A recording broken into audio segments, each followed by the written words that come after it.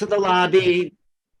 He walks her out to the lobby. I'm sitting there, and he happens to have in his book like a really obscure UFO book called We Are the Arcturians. And I say, I know that book. And he says something like, nobody knows this book. I said, I know, Norma Milanovich. You wrote that in the 80s and in Santa Fe because I was living there. And just at that moment, this guy, Joel Fotinas, who runs the whole St. Martin's Essentials department, which actually published Kimberly's book and has published this book, he feels this like presence walk by him. And he goes, what was that? And there was nothing there. And then he says to me, let's go to lunch. So I said, great, because I said, let's make an appointment for lunch. I said, yeah, I've been working on UFOs for a long time. And we, in the next week or so, we go to lunch, and I tell him this idea for this case of abduction. He goes, no, since you've been at all the expos and everything, why don't you write an anthology of all the people you know in this field, and we'll pay you. And St. Martin's Essentials is an amazing publishing house. What's that? They're an amazing publishing house. Yeah, St. Martin's Press. They're part of Macmillan. They're part of the Big Six. And, up until that time, I'd just been writing, never imagining even, well, I imagined meeting a publisher. I just didn't know how. But anyway, he gave me this sort of assignment to get the best people in the business to contribute to this book. And that's what I've done. I wrote this book with all the people. So maybe I'll give a little overview of the book, and then we'll go into. Okay, and let me just tell everybody that in the chat, you guys can order his book from Amazon. Oh, yeah. It's amazing. It's actually a very attractive book. It's an unusual book. Oh, I should get it. It's an unusual book. It's just very aesthetically pleasing. Oh, thank you. So, anyway, so enjoy, Alan, everyone, and we'll do a Q&A at the end. So, well, Alan, I don't mind people jumping in and ask, saying what do you mean there, or what's that about? So and you can jump in, but Alan, you're going to start with what's going in now and how. Okay, I could start with what's going on now. And how does that relate to the book? How. Right. I could go. Okay. I can screen share right there. Yes. All right. Let me just screen share this. Screen share. Because before I go to screen share, have people been following like the news? Have you seen it on like 60 Minutes? Have people been, you're aware? It's like, how many people is this sort of like a new idea to, like, who've never thought of this? Is not anyone? Like, you could just raise your hand. I know, it's Kim. I know that it's been going on, and I'm fully aware of it, and I find it fascinating, and that's why I wanted to hear what you think. Good. I want to know what level to kind of address the lecture to, but is this new to anyone? It's like, oh my God, could this be true? Because anyone here that thinks it's just Frisbees, Alan needs to know. No, not just, but like a surprise, it's like, like, because it is to me in a way. I mean, even though I've been looking at this for so long, it's like, wow, this is now right there on television, everything we wanted to know about and more. So we have to let me just see which, okay, I'm going to put up this PowerPoint here. Okay, you see that on your screen there? This is, do you see that on your screen, Barbara? Yes, we see it. Yes.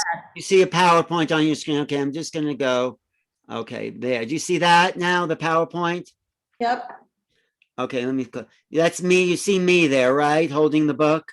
Very handsome, Alan. Oh, thank you, Terry, even though you didn't take that picture. But no, but I watched it. It was a great presentation. Oh, you watched? Oh, yeah. It was a really good. I did a live book launch from Sedona, which is really ground zero for this book. This is my book. Let me just see. How come it's not advancing? Okay, might have to just take this out of 1 second. Oh, wait. Oh, that's my sort of New Realities logo. 1 second. I have to just take this off of okay, screen share. All right, let me just go back to screen share, and Okay, here we go. Okay. Okay, screen share. Okay, there I am. There's the book.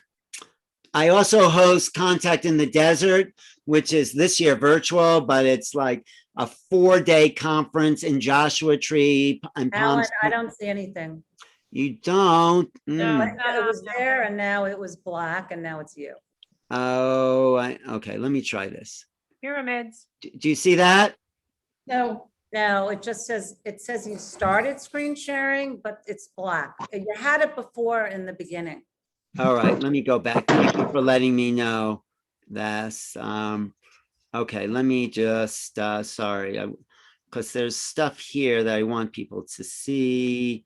All right, let me try this again now. Okay, one more time. All right. Let me see. Sound optimize. Okay, let me see. Do you see that? Oh, why is it- It's hourglassing. Black. Okay. Got it. That's it. All right, great. I also said I host Contact in the Desert, which is a 5-day event. This is the line I open the book with. There's one thing stronger than all the armies in the world. It's an idea whose time has come. And that's what this book is all about. Now, this is not new. This is not a new topic. I want to show you, before I go into what's happening now, I want to show you what a modern, let me just go. Do you see that document on the screen? Yep. Okay, this is what they call the Guy Huddle memo from the FBI files, May 22nd, 1950. You can see up in the right-hand corner. The FBI was complaining because this was the most looked at file in their vault of thousands, 50,000 pages of how they catch criminals and all that. But people were more interested in this. And if you can read, I'll read it to you. An investigator for the Air Force stated that 3 so-called flying saucers, that's what they were called in the 50s, have been recovered in New Mexico. They were described as being circular in shape with raised centers, approximately 50 feet in diameter. And this is the catch here. Each one was occupied by 3 bodies of human shape, but only 3 feet tall, dressed in metallic cloth of very fine texture. Each body was bandaged in a manner similar to blackout suits, like these high altitude suits. And according to the crossed out informant, the saucer was found in New Mexico due to a government very high powered radar. So they think that's what brought some of these things down. Now let's go to modern day. This is just last week, June 3rd. That was a week ago today, June 3rd. Headlines in the New York Times. Do you see I highlighted here? U.S. finds no evidence, this is on the left, no evidence of alien technology and flying objects, but can't rule it out either. So they're sort of, and they're doing what they've done since 1947. They're telling us 2 things. They're telling us it exists, and they're telling us, well, there's no evidence and we can't rule it out. It doesn't make sense. So this first paragraph is here. American intelligence officials have found no evidence that aerial phenomena witnessed by Navy pilots in recent years are alien spacecraft, but they still cannot explain the unusual movements that have mystified scientists and military, according to senior administration officials briefed on the finding of highly anticipated report. Okay, you skip down. There's been 120 incidents. You skip down to paragraph 3. But that is the so there's a report coming out this June 25th. This is why there's so much on the news now. It's coming out June 20th, and it says at the end of this paragraph, senior officials briefed on the intelligence conceded the very ambiguity of the findings meant that the government could not definitively rule out theories that the phenomena observed by military pilots might be alien spacecraft. So they're saying it isn't, but they're saying maybe it is. So this comes down to the fact that they don't know what it is. You know, right here it says intelligence official. So the other theory is that this is Russian or Chinese, right? Now, intelligence, military, government intelligence, would they tell the New York Times that the Russians or Chinese have these secret aircraft? That would be a huge intelligence like goof. The idea of intelligence, CIA, whatever those intelligence agencies are called, are to tell just the military what they think is going on. So intelligence officials are saying that it's not ours, and it's not, and other people saying it's not Chinese. And the guy who's saying that is this guy, Luis Elizondo. People have known about him, I'm sure, if you follow the news at all.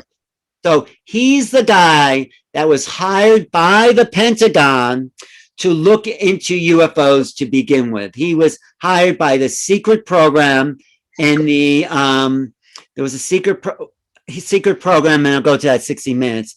There was a secret program in 2007 that put $22 million to investigate what is now being called UAPs. And I'll talk about why it's being called UAPs. But if for people who didn't see this 60 Minutes, this is what, I'm just going to show you a small part of that. Barbara, there's someone making noise. Okay, good. Here we go. Can you hear that? No, you can't hear it because I can't hear it. Wait, 1 second, 1 second, 1 second.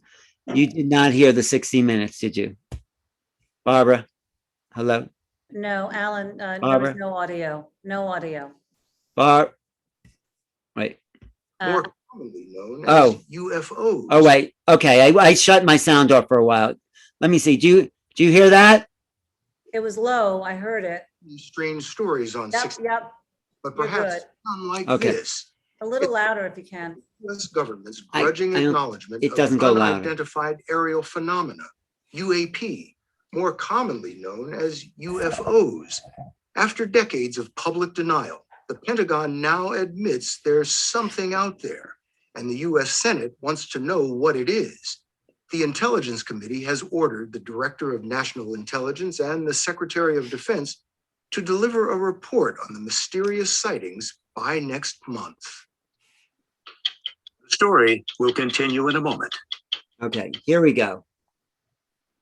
So what you're telling me is that UFOs, unidentified flying objects, are real.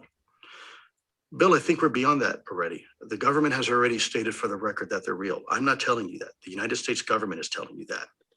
Boom. So that really is, that is the key right here, Barbara.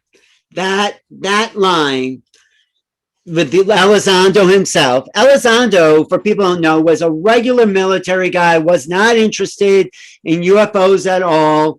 And he was given this job as an intelligence officer to see if there was anything to it.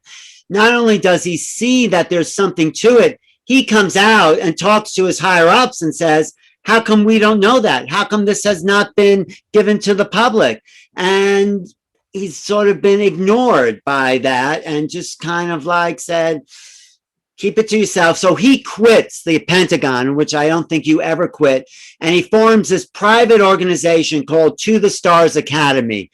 And either they were given this footage by the government or they smuggled it out to present what is now these, what came out in the New York Times as this radar screen of this UFO, what they call the Tic Tac video, which looks like just a little white object that's flying very fast through the sky. It descends to the ocean, and then it shoots up to the sky with no propulsion at all. There's no means of anything that we know that can propel anything in this video that was taken by the Navy.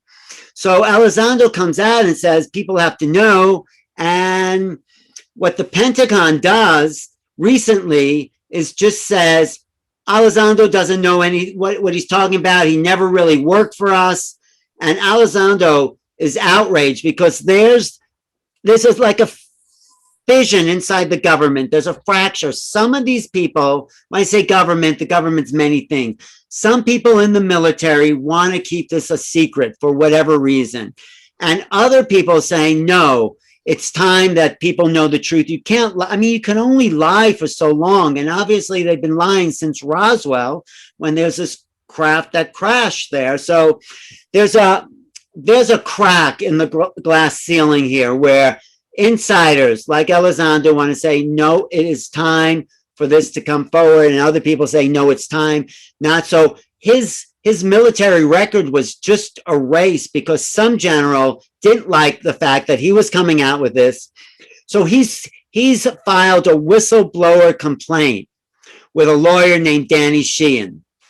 Danny Sheehan is a people's lawyer. I just saw him speak here in Nevada. I went up to a conference where Danny Sheehan defended the Lakota Sioux at Standing Rock. He defended Karen Silkwood against the nuclear industry. He was part of the Daniel Ellsberg team for the Pentagon Papers. He gets himself, look him up, Danny Sheehan. He is now Luis Elizondo's lawyer. He's having a meeting with the Inspector General to talk about whistleblower complaints from Elizondo against the Pentagon, who is trying to suppress the truth. So this is just really right up to date news. And there's so many moving parts in this story. This is just the latest moving part, because this is a very complex issue. If you read my book, you'll see how intricate it's not just about things in the sky flying around there. And I'll get into some of what else is going on with that. It's intrigue and secrecy and cover-ups and corporate control. And, you know, the big thing, I think, why they're not admitting this to the people is whoever's out there in our skies they're not filling up their gas tank to get here. They have a technology which would totally bankrupt the oil companies. And that, I think, is really key to why this has been suppressed. But anyway, let me get back to my slideshow because I want to just, are people following this? Is this good? I mean, yes. Okay. So far. Yeah. Okay, good so far. Good. I hope it continues. Thank you. All right. Do you see that on your screen now? Yes. Yeah. Yeah. Okay. So why this is coming out now is because someone told Marco Rubio of the Senate Intelligence Committee about these reports of what called UFOs, UAPs, and he put it into the COVID relief bill that was signed by Trump in December of 2020 that gave intelligence committees 180 days to come out with what they know, 180-day countdown of what these intelligence agencies know about this phenomena. Some people are saying, well, they'll keep most of it silent because of whatever they call top secret information. Other people say maybe we'll get some. Elizondo is pushing for this. So this is why all the papers and everything are getting excited, because Elizondo himself, he is center stage in the this is what people are calling for years disclosure. The disclosure is that we are being visited. So that's the official name. Who, what, why are questions that are still debated. And that's also what I address in my book. But something's about to be released, and some people call it on June 25th, just a couple of weeks away. This is the actual report. Let me just show you here. Do you see that on your screen, full screen, Barbara? Yes, I do, Alan. Okay, you did. To submit up within 180 days. This is from and it's the Advanced Aerial Threat. And that was the name of the program that Elizondo was part of. What's that? Hello? Did I lose you? No, we're all here. Okay. Somebody just said something. Oh, okay. Anyway, 188 days to come forward. And this is the actual report. This is in the last 5 pages of the COVID relief bill, which was like 600 pages. So that's in there. This is the Authorization Act for it to come forward. This is more of that. This is more details. This is Rubio himself. He looks like he's 12 years old. I can't believe he's in charge of our future. It's embarrassing. But what are you going to do, right? Do you see Rubio, Barbara? Yes. Okay, this is what he's. Senator, I want to turn to unidentified objects in the air. I had an exclusive interview with the former director of national intelligence, John Ratcliffe, the other night on Fox News, where I asked him about this upcoming Pentagon report, which you, of course, have commissioned or encouraged to have a report on these unidentified objects. Here's John Ratcliffe with me last week. I've got to get your reaction to what's taking place. Have unidentified flying objects been seen? Well, sure. We have lots of reports about what we call unidentified aerial phenomenon. There are a lot more sightings than have been made public. Sometimes we wonder whether or not our adversaries have technologies that are a little bit further down the road than we thought or that we realized. So, Senator, what about that? What can you tell us about UFOs? Well, we have things flying over military installations, over military exercises, and other places, and we don't know what it is. It isn't ours. It isn't anything that's registered with the FAA, and in many cases exhibits attributes of things we've never seen, technology, the kinds of technology we haven't seen before, or at least that's what it seems like. I think you have to know what it is, or we have to try to know what it is. That's my view of it, without any preconceived notions. Maybe there's a logical explanation. Maybe it's something that can be explained away. Maybe it's a foreign adversary who's made a technological leap, as you heard the former DNI said. Whatever it is, we need to know the answer to it. The problem with this issue is every time you raise it, people get all nervous. Oh, does this mean UFOs and aliens and extraterrestrial? We don't have to go that far. It's very simple. There are things flying. I think we do have to go that far. That is exactly what it does mean, Marco. It does mean aliens and all that. Over national security installations. We don't know who they are. We don't know what it is. It isn't ours. We need to find out. Okay. Well, this is absolutely fascinating. So, I mean, from my standpoint, when I heard John Ratcliffe talk about that, I went and I looked up what you've said about the Pentagon report coming up June 1st. What do you think we're going to learn from that Pentagon report on June 1st? Well, first, I'm not sure they're going to come in on time, to be honest with you, because they miss a lot of deadlines in government on these sorts of things. But we'll get a report at some point. Second is, I don't know if we're going to know what. I mean, I'm not sure that by June 1st they'll have reached a hard conclusion about what they're dealing with, and there may be more questions or new questions than full answers after the fact. All right. Anyway, you get the idea that Rubio has no idea what's going on here. So one of Elizondo's colleagues, who was also part of this push inside government to come forward, is this guy, Christopher Mellon. Now, Mellon was the Assistant Defense Secretary under Clinton, I think, and Obama. I think he worked with Obama too. And so he also broke from the government, formed this To the Stars organization with Elizondo. And yeah, he's pushing for this. Let me just get to, okay. So this whole thing started when this headline in the New York Times came out in December 16th, 2017. This was on the front page of the New York Times. Glowing auras, black money, the Pentagon's mysterious UFO program. Let me see if this plays. No, it doesn't play. Let me see if this plays. Okay, let me see. Okay, let me see. Commander David Fravor still can't explain what he says. So this photo was taken by someone named David Fravor, a pilot for the Navy. And he kept quiet about it, but it was Harry Reid started to do an investigation. He was a senator. I guess he was a majority leader under Obama for putting together programs. He put together a secret program, and it comes back to this footage, which was taken by the USS Nimitz. Commander David Fravor still can't explain what he says he saw that day. November 2004, the Navy fighter pilot was on a training mission west of San Diego when he was ordered to check out something in the water not far away.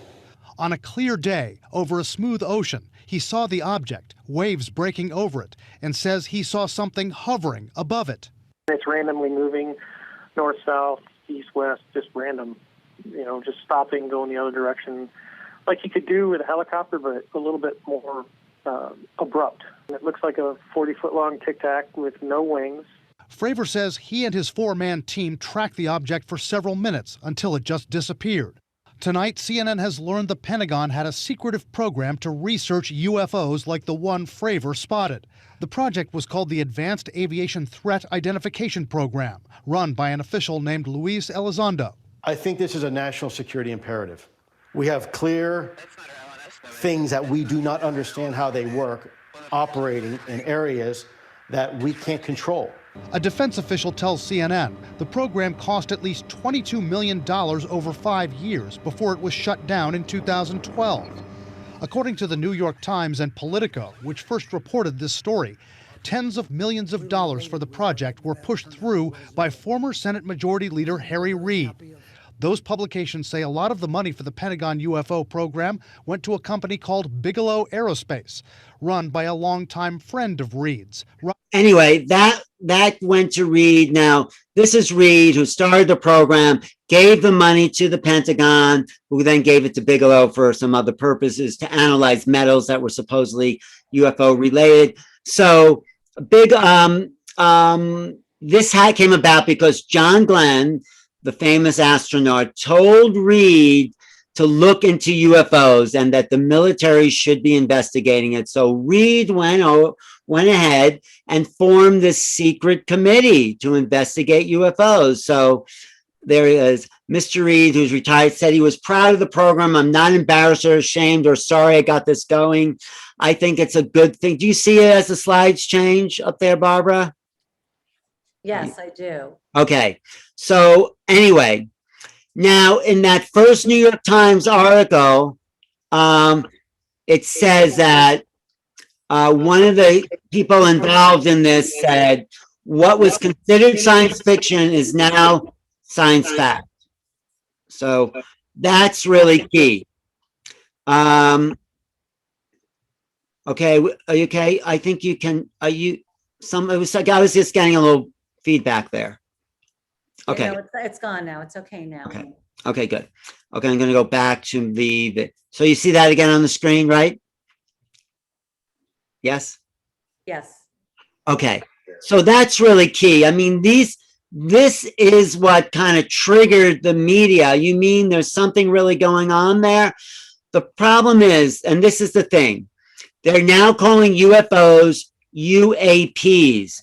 They're going, and you could see the first two words in these little, what do they call those little things, initials for words? Anyway. Acronyms. Acronyms, thank you. That's a long word for like a short thing. An acronym are unidentified versus unexplained, flying versus aerial. Now, the key difference is object versus phenomena, you know? So, that is key. Now, why does the government go from object to phenomena? Because there's more than just things in the sky. There's other elements involved. When you see a UFO, you are entangled with it. It's like something happens in your mind. There's an awakening, there's an opening, there's a possibility, there's a transformation for many people when they see a UAP, UFO. So you can't call these things objects anymore. There's a phenomena which breaks open the field into so much wider a consideration. Let me just go on. Yeah, because UFO didn't really say it. Now I'm going to talk about where the idea UAP was officially announced, because they've been preparing the public. It's not just a rebranding technique because UFO's got a bad name. It is a key into what's really going on with this whole situation. And this woman, Hillary Clinton, when this is done in March of 2016, when people thought she was going to be president, she breaks the news to the public. And this is on Jimmy Kimmel here. When we had your husband, President Clinton, on this show, he said, I asked him about UFOs in Area 51, and if he looked in, because if I was president, that's the first thing I do. I go right into those files and see what was going on. Right. And he said that he did do that. Yes. And that he didn't find anything. Well, I'm gonna do it again. Yeah, why not? Right? And you know, there's a new name. It's unexplained aerial phenomenon. Unexplained aerial phenomenon, Yep, really? Yep, UAP. That's the latest nomenclature. I like the old one. I like UFO. I don't know why. Well, I think we can use them interchangeably, but I would like Well, we really can't use them interchangeably. And I'm going to tell you why. us to go into those files and hopefully make as much of that public as possible. If there's nothing there, let's tell people there's nothing there. What if there is something there? Well, if there is something there, unless it's a threat to national security, I think we ought to share it with the public. Well, what if... That's the key. What if it's a threat to national security? That is the excuse they've used for 75 years not to tell people what's going on. So what is going on? We went from UFO to UAP. Yes, it's a little more legitimate, but it's more than just branding. There's a significant reframing of the phenomena. So how do we comprehend a UFO as opposed to, so what is the difference between an object and a phenomena? Let me go here. And that comes out in the actual smuggled out leaked documents that Elizondo supposedly got out of the Pentagon, which has to do with the program he was working on. After he left, he quit because they said this wasn't coming out. The truth was not coming out. So these 7 documents or slides came out, and we started to go a little more into what the government really does know. And it's called ATIP, Advanced Aerospace Threat Identification Program. They have to put the word threat in there in order to get money from the government, is what I've been told. So these are leaked documents that have been verified as, yes, they are from this program, and, who knows, but so preliminary evidence indicates that the United States is incapable of defending itself against these technologies. A next document says the ATIP technical studies found, so they have things in their possession that they're actually looking at is partly lift, propulsion, control. I mean, the only reason they know this is not just from videos, but from studying what they're called crash retrievals. Okay, this is the thing that makes it a phenomena. This thing I underlined here. Cognitive human interface. When people see these or have an experience or maybe even meet aliens, there's also down here a unique cognitive human interface experience. Things change, things get distorted, there's paranormal elements, there's synchronicities happening, there's telepathy going on, there's more than we've been told. And this other thing, anomalies in space-time. There's a distortion in the human field of awareness when you interact with these objects. And that is seen in Navy pilots and people on the street, and not anyone, there's people who just say, oh yeah, there's a UFO and what's the big deal? Other people have some very strange reactions. Maybe that's their own emotional thing, but there is a kind of energetic impact that these objects have on people. So this we went through. Now these are the papers that were commissioned by ATIP, by scientists to understand their technology. This one I thought was really interesting, wormholes in space-time. This is not science fiction. This is actually what has been studied by scientists at the Pentagon. Okay, let me show you that paper. I was actually able to discover that unclassified paper about building wormholes in space-time. Like, how do we get from here to the star Sirius? What they're saying is you can curve time, you could bend time, space if you have enough energy to do it. All you need is energy, high energy, and space-time folds with high energy. So that's part of it. This is what was in the paper. Transversible wormholes are creatures of classified general relativity theory. And we consider time travel through space-time and other dimensions through these wormholes. It reads like science fiction, but it's not science fiction. I mean, it's what's happening. It's what we're not hearing about because, it might be too strange for most people to understand the fact that maybe these craft are getting here through wormhole technologies. And that's kind of out there, I know, but this is the Pentagon looking into this, right? Non-traditional propulsion systems, which is probably how these craft are getting here, have been studied and maybe even duplicated. So another important article, and I'm quoting the New York Times because it's the paper of record in a sense. And if it's in the New York Times, it doesn't mean it's true, but it means maybe there's some truth to it, you know? So this is another little article. This is from July 24th, 2020, about a year ago or less. Eric Davis, the same Eric Davis who wrote those reports on time warp generators and holes, is now working for the government as part of the Defense Department agency. And in this picture, in this part I underline here, he talked about retrievals of off-world vehicles not made on Earth to the Senate Intelligence Committee. Actually mentioned off-world vehicles not made. I mean, it's like that is monumental. The thing that many UFO researchers are pushing for, they're saying, okay, yes, we have disclosure. The government came out with the fact that these things are real. What we need now, and I mentioned this in my book, is confirmation. Confirmation is when you roll out those UFOs and the alien bodies and you say, look, here they are. Sorry, we haven't told you about it before, but it's like, you know, it's like your teenage kid who crashes the car and says, oh, well, here it is. We didn't tell you about it, but yeah, this is it. So it's like, anyway, this is in the New York Times. And so the mission of ATIP was to further identify, understand, take advantage. Of course, it's military. You always have to take advantage of this, but it's more than taking advantage of it. There's something going on here. So there's something more. And this is Elizondo again. The phenomena they studied did not seem to originate from any country. This is what Elizondo's saying.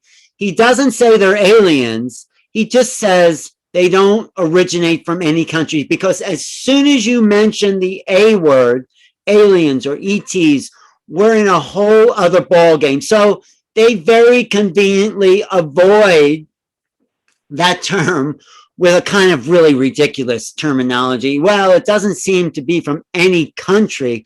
Well, what does that mean? Hello, what does that mean?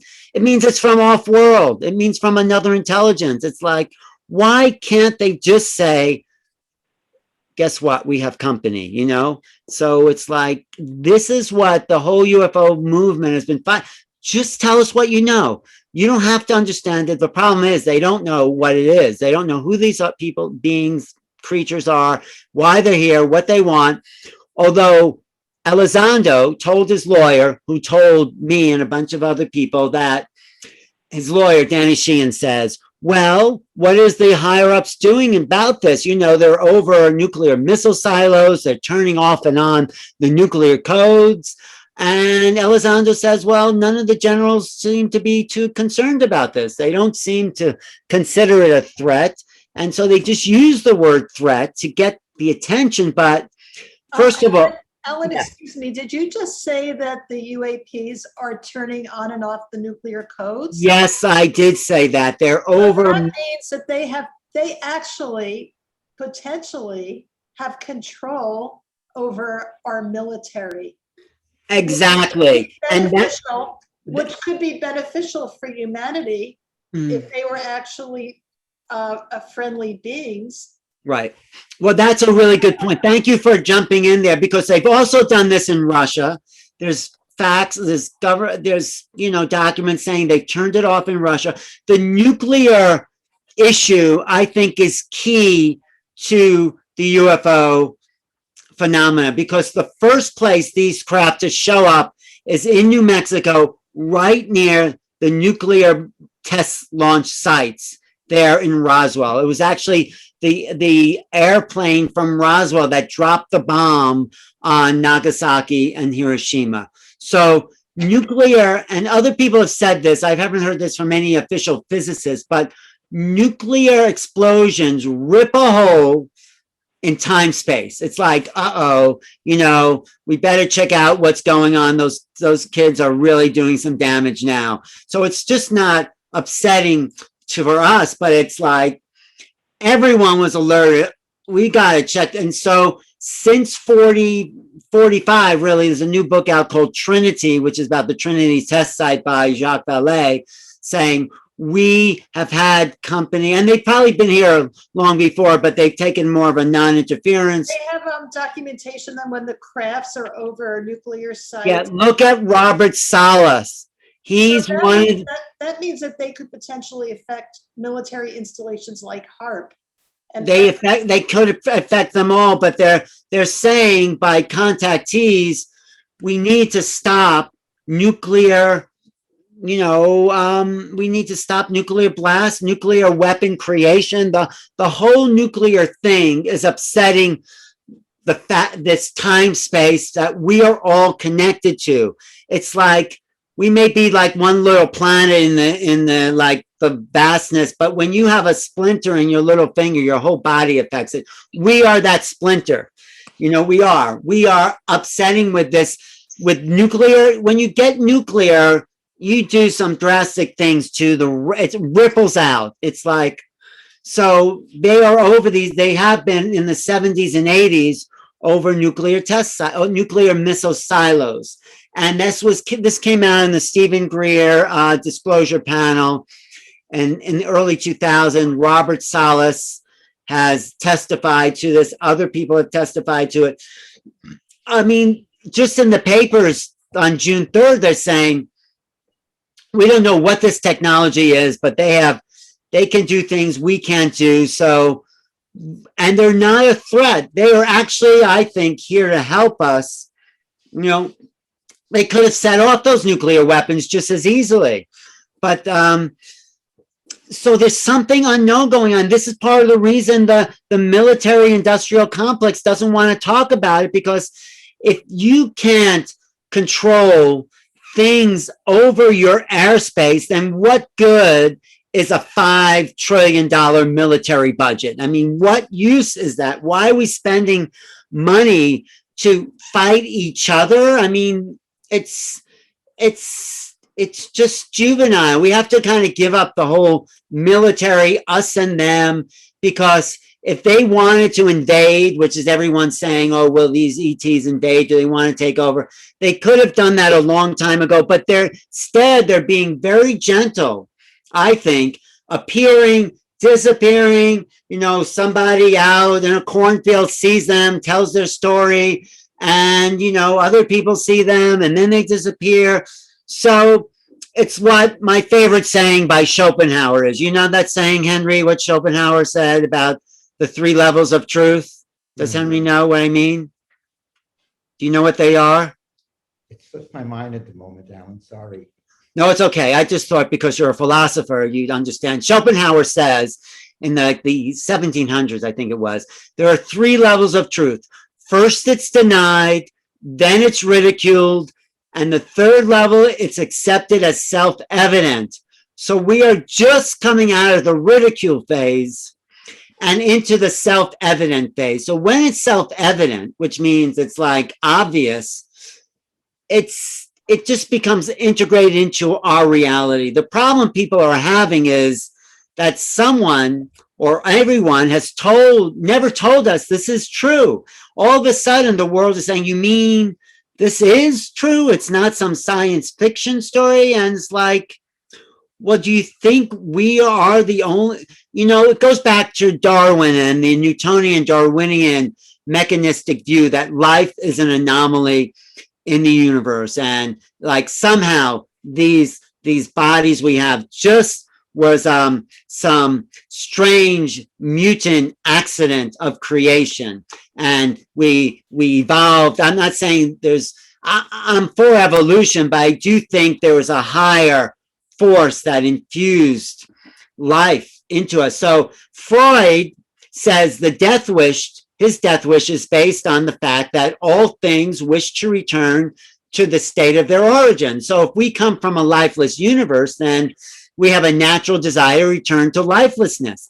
But if you take that same thinking and you say, well, maybe we didn't really originate from inanimate objects, but maybe a higher aspect came in and was part of this creative impulse, this kind of the embodiment, maybe that's really our destiny, to return to a higher level of consciousness. And that's what I think it is. It's against some of Newtonian laws of entropy, because we're not a closed system, we're an open system. So I think the more we know about UFOs, ETs, whatever they are, the more we'll know about ourselves. I mean, just imagine what doorways this opens up to us, not just in technology, but maybe they have the true history of life itself. Maybe they have a new science, and maybe they can cure diseases. Maybe obviously they've been able to get along with each other enough to create a technology that didn't blow them up and transverse wherever they've come from, because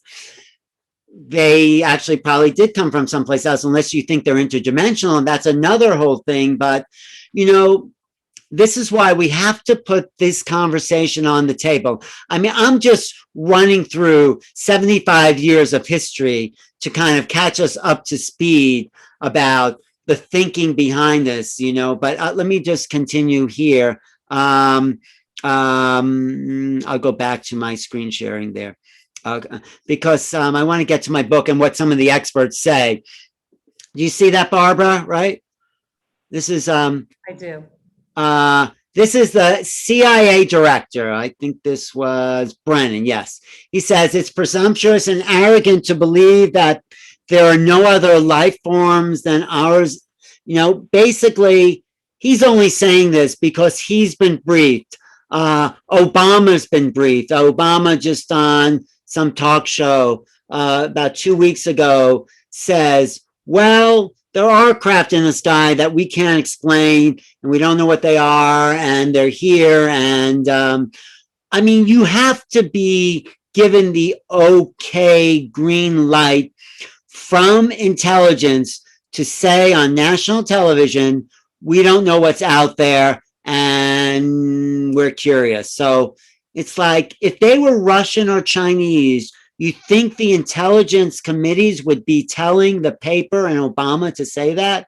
No, we're trying to ease our way into the fact that we're part of a greater universe, a greater reality, a greater possibility. So this leads me to the last ATIP slide, which you go down here at the bottom, and this was highlighted. This was their bolding in the ATIP slide.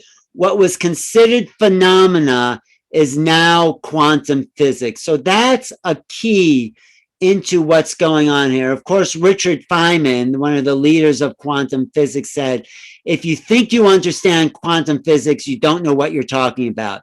So quantum physics is the physics of the observer. There is no objective reality. There is only, in a sense, consciousness. Max Planck says that consciousness is the key to understanding quantum physics. So I'll get more into that in a little bit. The UFO is only unidentified because, yeah, right. Okay, I said that. And then here we go. That's the key here. Oh, so part of that, okay, Elizondo again, because like I say, he is center stage of this disclosure movement for some reason, and he's getting a lot of help from people inside the UFO community who have been taking this serious for 40, 50, 60 years. Elizondo says in this whole quantum physics thing, I'm sure you've got the top physics experts in the world working on this. Can they come up with any explanation? I think as we begin... The explanation is, how do these things move so fast? They seem to disappear, pop in and out of space, and we don't have an explanation for it because we don't have the science behind it. All we have with quantum physics is really theory. We do not, I mean, maybe there is some practical application, but we don't really understand the mechanics of quantum physics. At this, we're beginning to realize that a lot of this really isn't breaking the laws of physics. What it's doing is really breaking our understanding of the current laws of physics that we are looking at. In essence, these things, if you look at quantum physics, there's a lot of modeling right now that suggests that a lot of this performance can be explained if you have a really deep understanding of quantum physics. And by the way, you're absolutely Quantum physics means objects can be non-local. They can hold superpositions. They are entangled with each other. They can pop in and out of space when you bend time and space. These are some of the things that he's alluding to. right. There's 5 unique observables that these things are displaying. One is Now, what he's going to tell you is facts, that absolute facts that we have yet to interpret. So these are the 5 kind of givens. instantaneous acceleration. The second one is hypersonic velocity. The third one is a bit of an oxymoron, but it's low observability. And then the fourth one. Low observability means like they have some cloaking of device. They go in and out of visibility. Transmedium travel, the ability to operate in different environments. And then the last observable is this, if you will, this weird positive lift or anti-gravity, where you have these vehicles with no wings, no control surfaces, no engines, and yet somehow they're able to fly and frankly outperform some of the very best aircraft that we have in our inventory. Unbelievable stuff. So when people say, "Oh, you're in that business," how do you explain these UFOs? Sure. Well, my business has always been that as an investigator. I was an intelligence officer for the U.S. government, so my business was just to find the truth, whatever the truth is, whether it's a terrorism investigation or counter-espionage. Yeah, we applied the same methodologies we did investigating terrorist, if you will, operations and operatives as we did with this. And right, and we found out there's something to it, and we don't know what it is. So whereas intelligence and you're spying on someone else, you sort of know what's going on. So if it is quantum physics, what does that mean? Let's look at one of the originators of quantum physics theory says. I regard consciousness as fundamental. I regard matter as derivative from consciousness. We cannot get behind consciousness. Everything that we talk about, everything that we regard as existing postulates consciousness. So this is also the problem the government is faced with, the military. How do you talk to, maybe like among us, we can talk about consciousness. It's a common word, even though it's sort of not very solidly defined. I mean, some people say it's like taking the place of God, consciousness. It's all consciousness. So I don't know. But, there is something to this idea of the observer effect in consciousness. So, and these objects, based on quantum physics, may have a superior understanding of consciousness, which allows them to move through time and space. So, this is what one of the UFOs investigators said, that the real validation must be made in the consciousness of people. This is the only way that something can become real in our reality of the planet, is through experience. So the experience is people are seeing these things, and their let's call it consciousness is being affected. So what this means, according to John Wheeler, we are not innocent bystanders on a cosmic stage. We can shape reality, and we live in a participatory universe, which is sort of what these craft and these going and coming are, I think, trying to tell us. I think there's and Grant Cameron in my book says, if you've seen a UFO, you were meant to see it. You are part of the whole thing. You are part of it. So Edgar Mitchell, the sixth man to walk on the moon, actually formed an organization based on consciousness. The Institute of Noetic Science says the experiences of contact with non-human intelligence is key that will open the door to our understanding what consciousness is. So understand what consciousness is. So that's sort of, are you still following me? Am I talking to? So I know we're going about an hour, but there's another little part I would just want to talk about. Is that okay, Barbara? You can just talk as long as you want. No. Anyone have questions up until this point? Anybody? Are you saying that the reason they're not making contact is because they're trying to make us comfortable with their existence, And at the same time, if it's over nuclear plants, there's kind of a message there. But Yes. why would they not stop if they're benign, aliens? All of the genocides that go on our planet, if they're advanced, how do they sit back and watch the kids play a very bad game? Well, because they're not going to solve our problems for us. We got ourselves into a mess, and they're not coming along to say, oh, so we have to get ourselves out of the mess we've created. No one's going to do it for us. That's my feeling. So, yeah, we have to grow up and take responsibility for the genocide. All those things, we're doing that to each other. We have more to fear from each other than we do any alien craft. So no one's going to come along and say, stop hitting your neighbor. I mean, we have to do, if they did this for us, we'd be really lost. We are all connected, and we have to take responsibility for everything that's going on. So they're not going to let us blow ourselves up, but what we do to each other is like our problem. It's almost like a law of the universe. They're not allowed to interfere on a certain level. Well, they can interfere and make sure we don't blow ourselves up. That is what they can interfere on. And so, yeah, they are being very gentle, but like the whole mess of pollution, all that, I mean, they probably have the technology to clean that up, but don't you think it's more I mean, they say like for chickens hatching out of an egg, if you help the chicken out of the egg, it will die, right? But if the little chick pecks its way out of its egg, it's stronger and, it's more sustainable. I think that's where the little chicken and the egg that we've created, we really have to peck our way out of this little problem we created with each other. Why are there still boundaries? Why are there still borders? Why is there still whatever it is? I mean, we are in a very childish stage, but they are helping accelerate who we are, what we're here. I mean, more and more people are having contact in their dreams, in their, sightings in the sky. I mean, there was a New York Times article about how more New Yorkers are seeing UFOs in the sky. It was in April of this year, 2021. Let me just show you one more thing here, which is this one. Let's see. Do you see this on your screen? That's my book. Let me just see. That's the ATIP document. COVID. Okay. Yes, these are. So of course people are afraid because we have the War of the Worlds. You see the Orson Welles slide up there, Barbara? Yes, somebody. Yes. Okay. Yeah.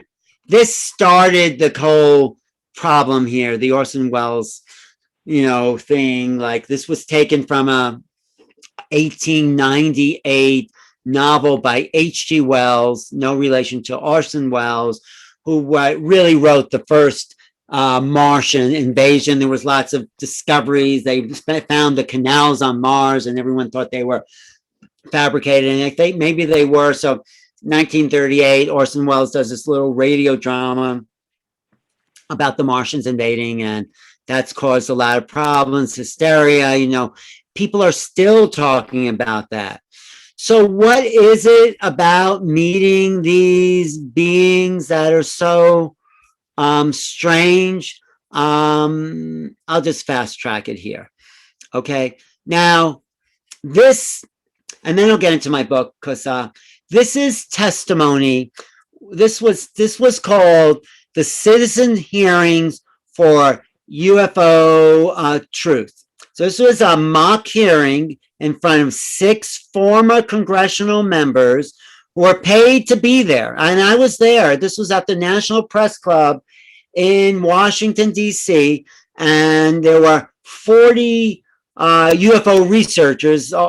Most of them are in my book, talking to these former members of Congress about what they know about this situation. But the most dramatic one was made by Linda Moulton Howe, who is probably the top researcher in the field. She's a good friend. She help me promote my book, but she gives this testimony about what is so jarring about ET human interface.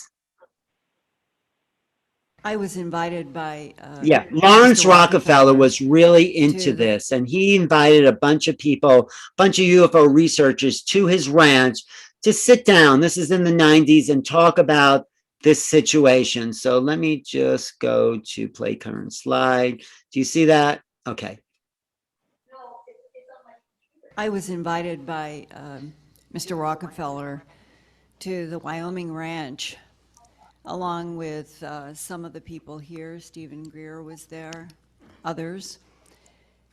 And what links in my mind was a discussion that I had with then John Mack, MD, psychiatrist from Harvard University, who had taken a great interest in the abduction syndrome, both as a psychiatrist and then as somebody who was trying to understand, as I and others were, what is the true nature of an advanced intelligence that would be interacting with this planet, and may not itself, the prime intelligence, be the actor here, but making various kinds of cloned entities that would interact on this particular planet, in this particular atmosphere, this particular gravity, in this particular solar system.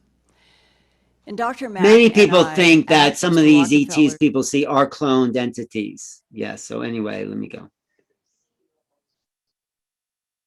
place in Wyoming, we're discussing this, and we went into the issue of why is it that the non-human intelligence, as described in the human abduction syndrome, appears to be 100% telepathic, with the ability to both place impressions in human minds and to also project three-dimensional holograms that the human mind and eye cannot distinguish from the world around us.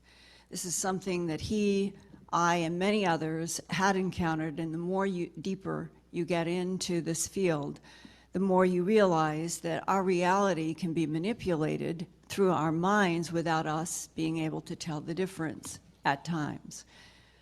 And this led to a discussion which at the time I had only shared with Dr. Mack, God rest him wherever he is now.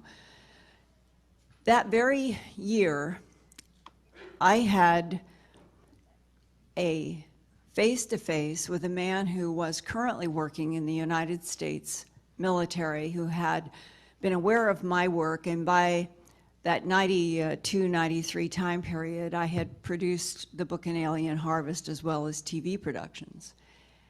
And in the whole question of why would something advanced from someplace else in the universe be mutilating animals on this planet, this man was trying to tell me that there is a survival issue as well as a cloning issue in what we are dealing with, and that genetic material has been harvested from this planet for a long time to create containers.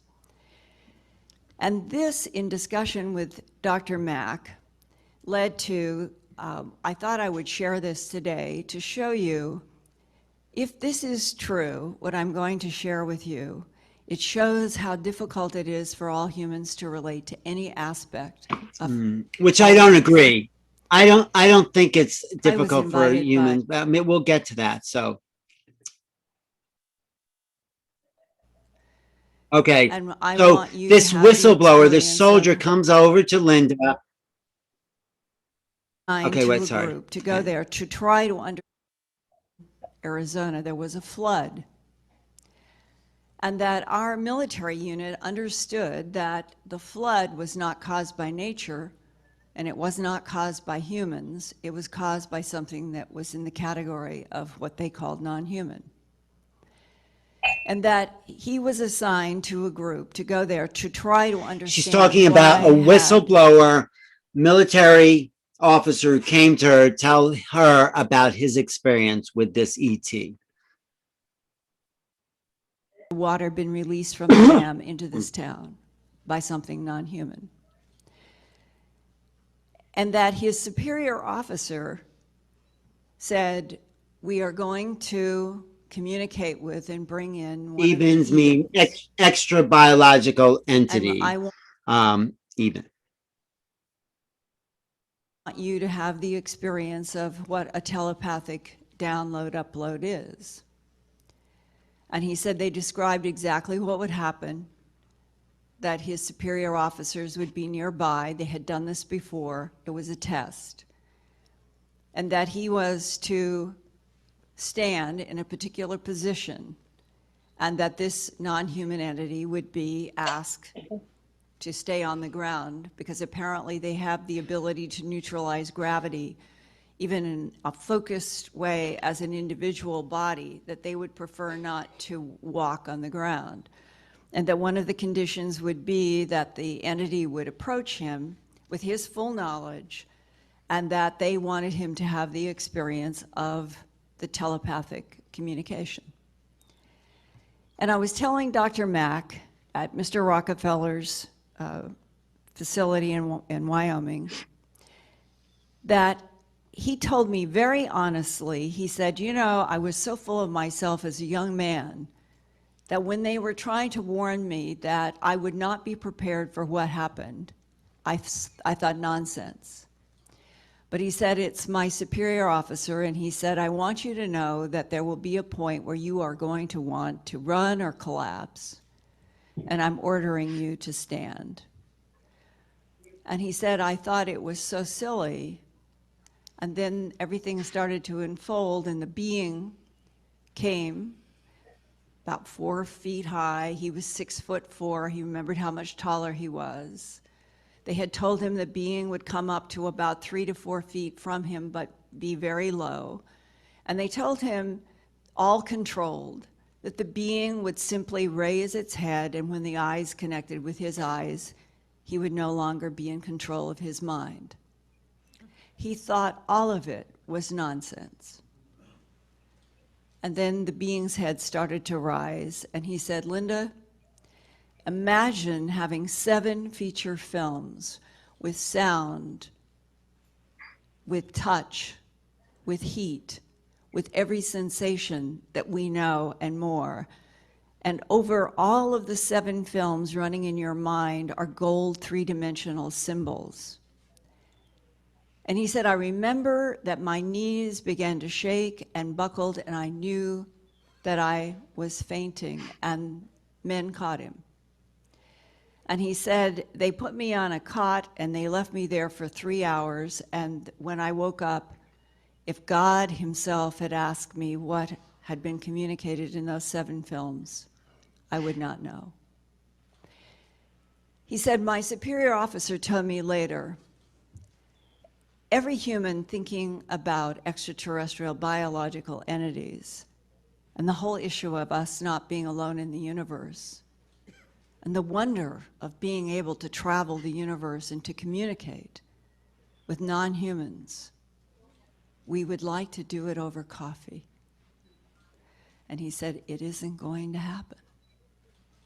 Because what happens when their minds telepathically download to our minds, they are uploading every single thing we've ever experienced or thought from our minds.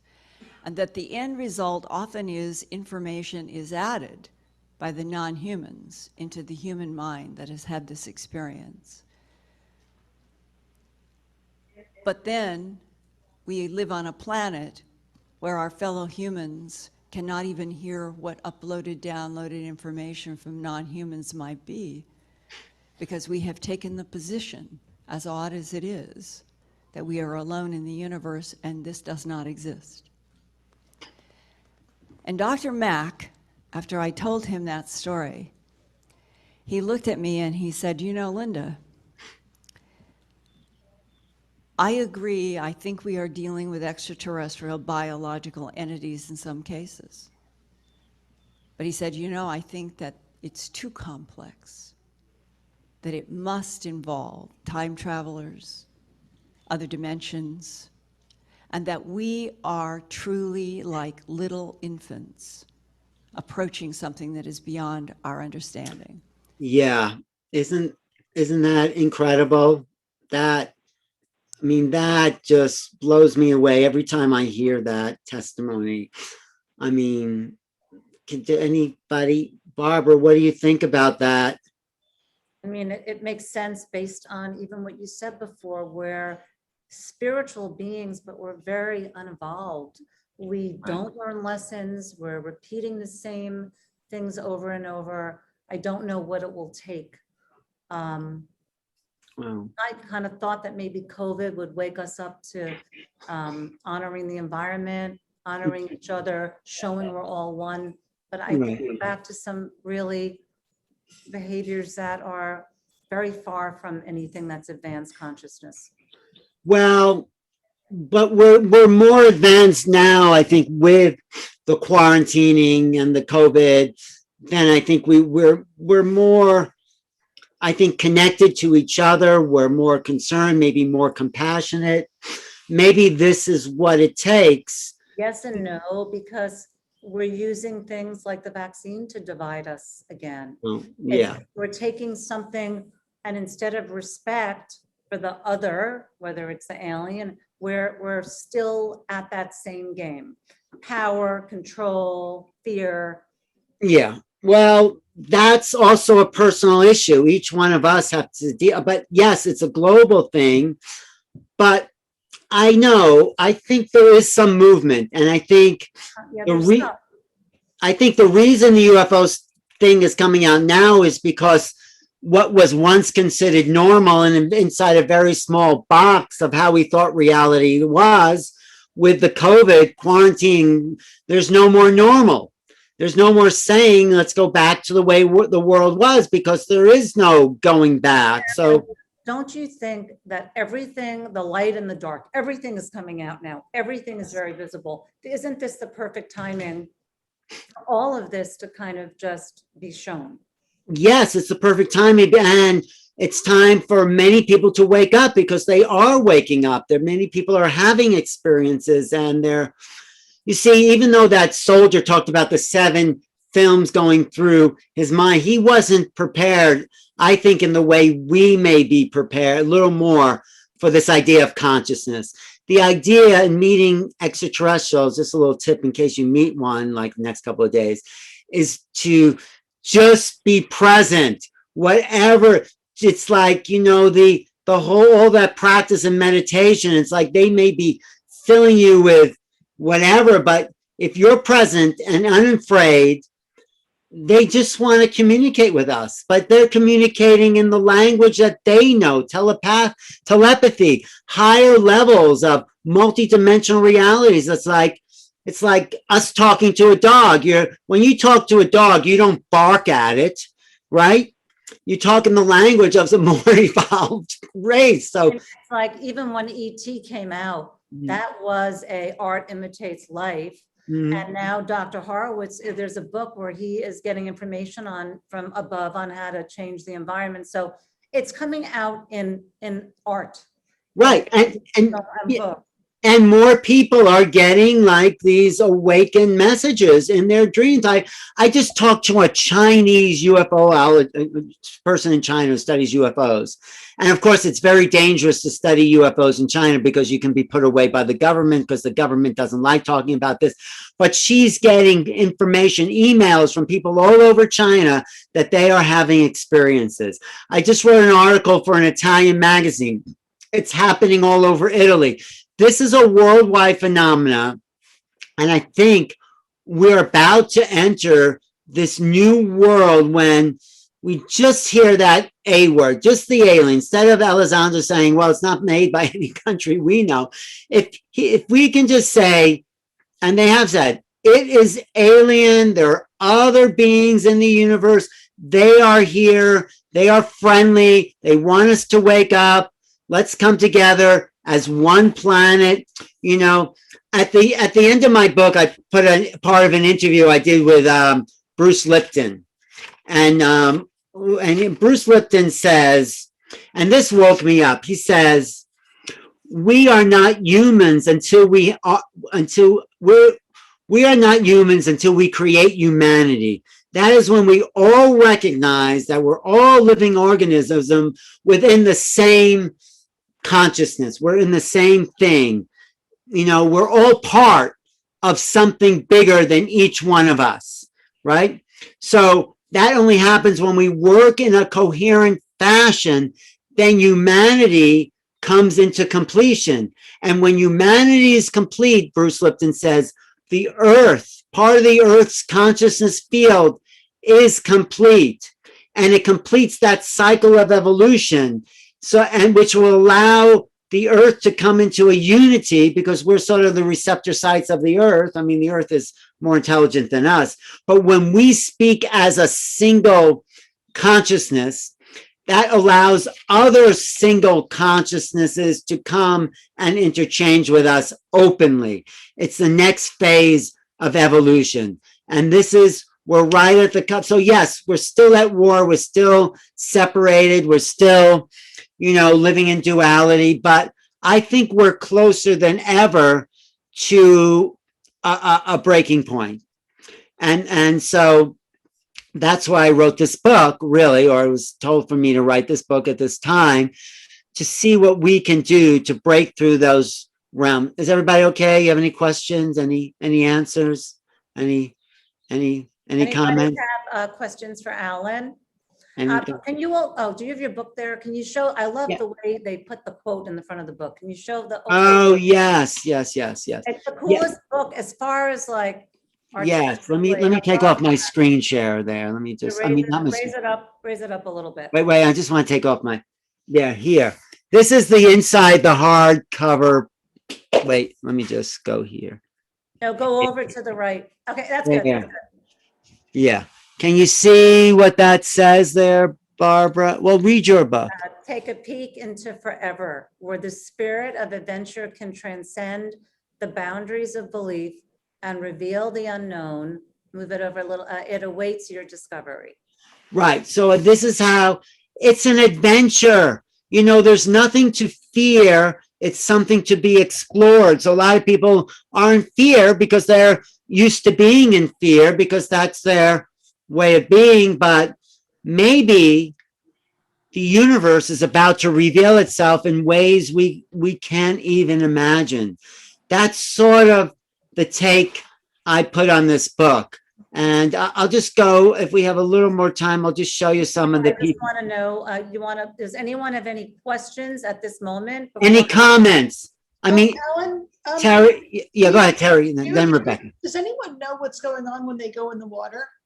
Well, it's the same thing. There are bases underwater. There are bases. I mean, we don't really know what's going on. We don't know where they go. We don't know where they're from. So when they go in the water, do they come out, or they usually stay underwater and don't come out for a while? they might just be having bases underwater. They might be, there's so many things. I don't know. I don't know if anyone knows. Rebecca, what's your comment? Well, it's my opinion that there's more benevolent than malevolent. Yes. So what do you think? No, that's why I wrote the book. There may be some malevolent, but I think we've already been invaded by those. I think they've taken over our minds and have controlled our thoughts for a long time. And I think we're breaking out of this mind control that is related to, some people say, the archons. And they're here to help us break free so we can offer our gifts to the rest of the cosmos and the rest of each other. You know, so they are here to help us wake up. That's really the subtext of the book. Do you know this book? This is a book by Gordon Cooper, one of the first UFO astronauts. And I just want to read a quote that he says: the first American president to answer the question about UFOs at an official press conference was Harry Truman on April 4th, 1950. He said, "I can assure you that flying saucers," which is what they were called, "given that they exist, are not constructed by any power on Earth." Right. So this is an ongoing thing, but we are waking up to the fact that I think we're more ready than ever. We've had 75 years of coming and going. So now everyone at least has heard of a UFO, maybe not UAP. So they are being gentle with us. They are not coming and landing on the White House lawn. They're not, well, sometimes people are freaked out if they see something, but this is a new era that we are entering. And I think it's probably the most exciting time in human history that we are meeting the other. I mean, how could we really be alone in the vastness of space when they're finding exoplanets that look just like Earth? And you know what? This biologist, Gary Nolan from the University of Las Vegas, says DNA is older than DNA is 10 billion years old, and the Earth itself is only 4 billion years old. So maybe DNA came from someplace else and was seeded here.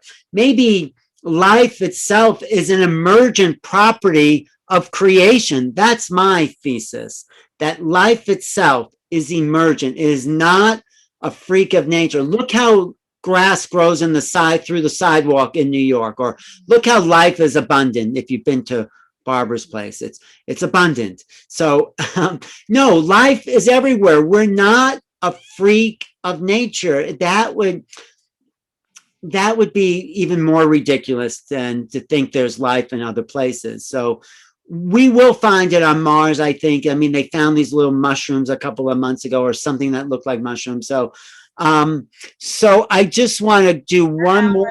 So Yes. what do you think is next? What do I think is next? Mhm. Good question. I think in June 24th, 25th, they're going to say, they finally will mention the word that we've done an analysis. These craft are not from Russia. They're not from China. We are not making them. They are off-world vehicles. That will be like the shocker that suddenly the world might take 10 years to sort of just drop what that means. But they won't say they know who's flying it, they know where they're from, they know why they're here. That's a little down the line from something. That's the next. So and then they might find life on Mars, saying, guess what? There is life other places. Then they might find it on an exoplanet somewhere in another solar system.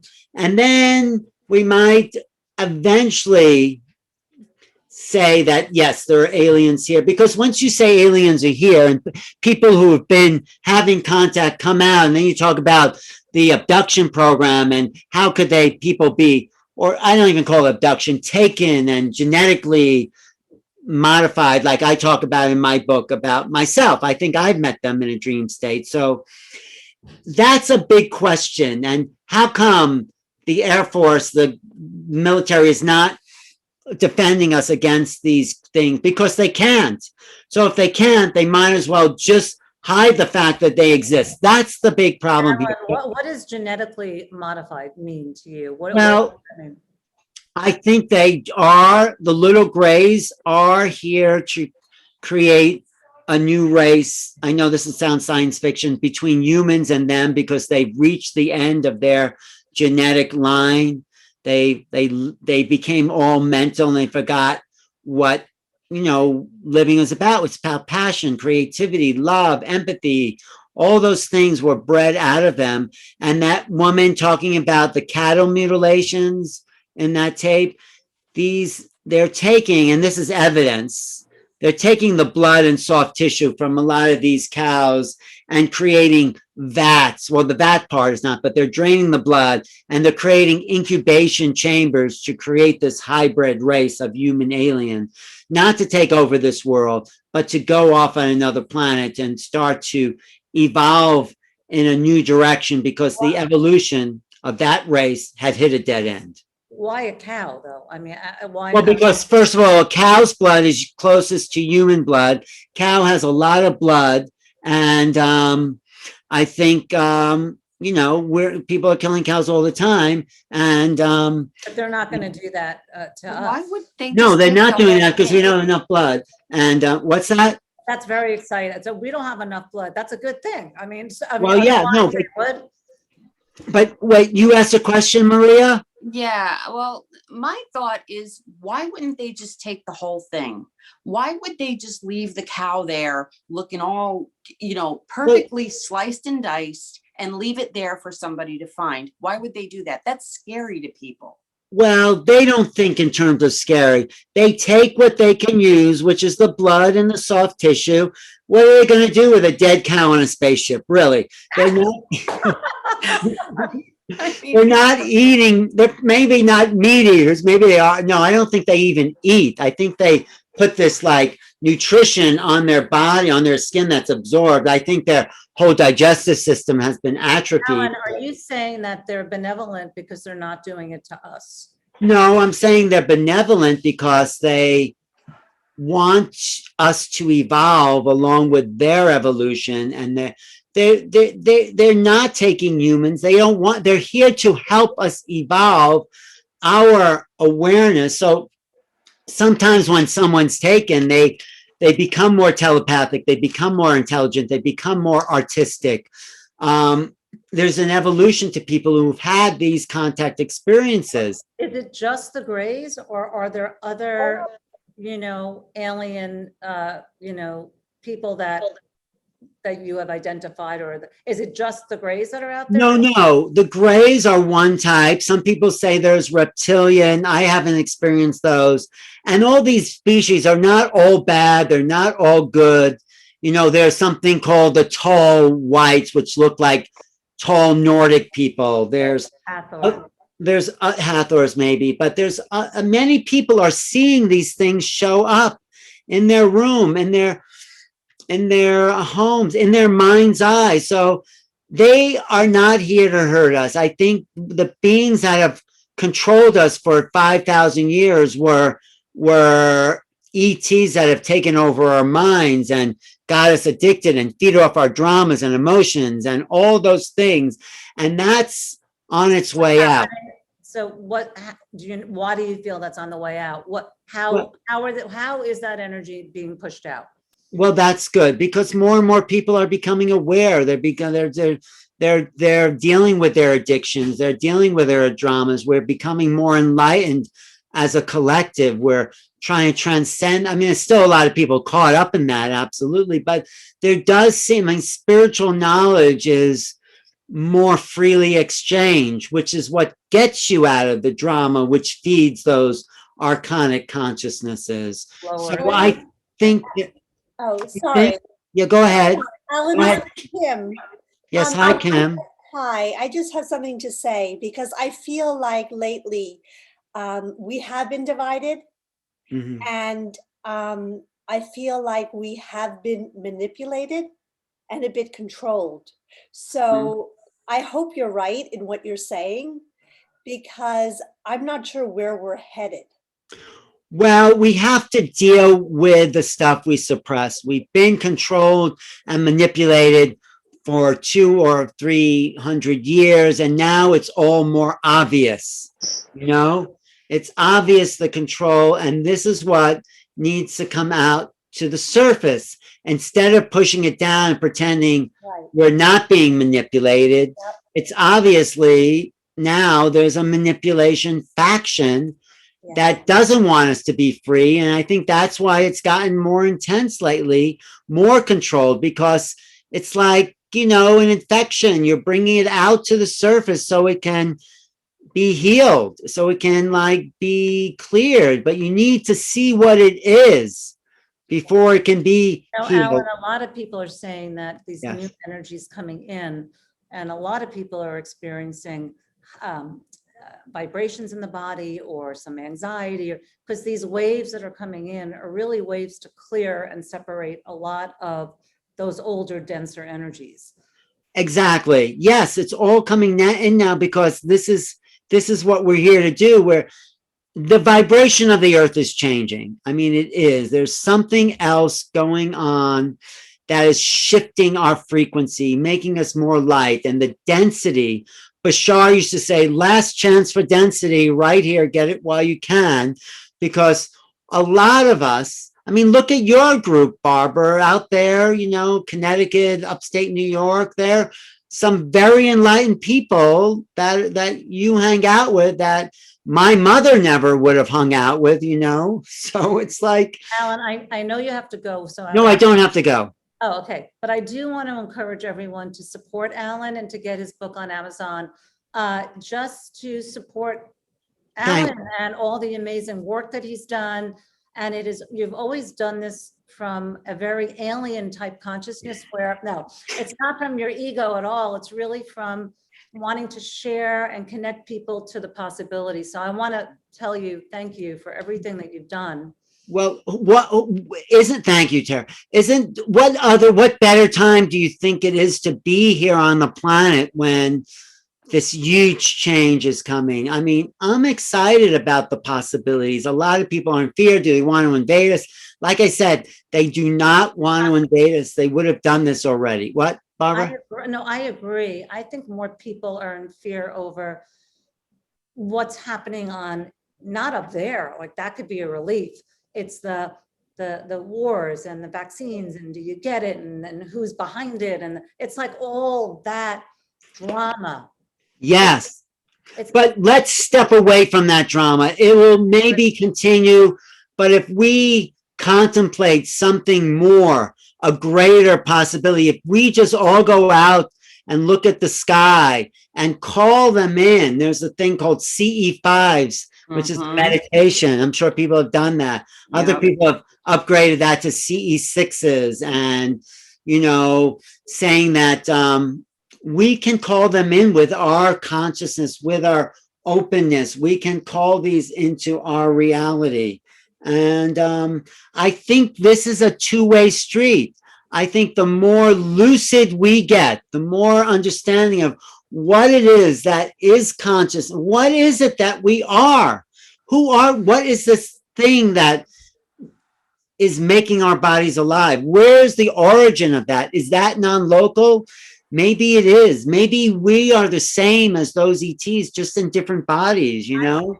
I definitely, can I speak up for a sec? Sure, I'd love to hear what everyone has to say. Hi, Kim. A lot of this is that we are in the third dimension, period. Yes. And it's a very difficult place to be. I find it very hard in the third dimension. So I think if we can try and expand those edges out of the third dimension is one thing. And what was mentioned very early on, I think one reason the military can't figure it out or whatever is because this is quantum, this is atomic. Our atom blinks on and off. We don't know what goes on the other side. We don't have the whole picture. And thirdly, I would like to say, because I deal with the Arcturians and, you know, a lot of people are doing energy with ETs and councils. Yes. And it's all very positive and wonderful. They happen to make me laugh and smile. But anyway, and I think just to put in your smart brain there, wouldn't it be nice to come up with a different term? Alien is not a good term. Right. I agree. Other term is That better. says third dimension, other, and kind of bad, scary right off the bat. Well, what Roland calls them is non-human intelligences, Yeah, NHIs. Yeah. Yeah. But they are us. We are the same beings. That's why so many more people are channeling ETs or channeling in general, because we're tapping into the phenomena of what it is to be beyond human, you know, to be more than 3 dimensions. Exactly. More spacious. Well, we aren't 3 dimensions. Our minds are not 3-dimensional. We are 4th, 5th, 6th. We're just pretending to be 3-dimensional. However you want to look at it, I do think the majority of people on this planet function in the third dimension. They will tell you this table is hard. This computer is That's because they never been told that they are more. Like the indigenous cultures. Right. The indigenous cultures are very aware of what's called the star people. The Aborigines, the Pueblo Indians. I was just hanging out with Clifford Mahooty, who's like on Ancient Aliens, talking about the Zuni people, talking about the star people. They knew that there was more to this world. And we are returning to more indigenous ways. They're becoming more integrated into our understanding of reality. Quantum physics does that.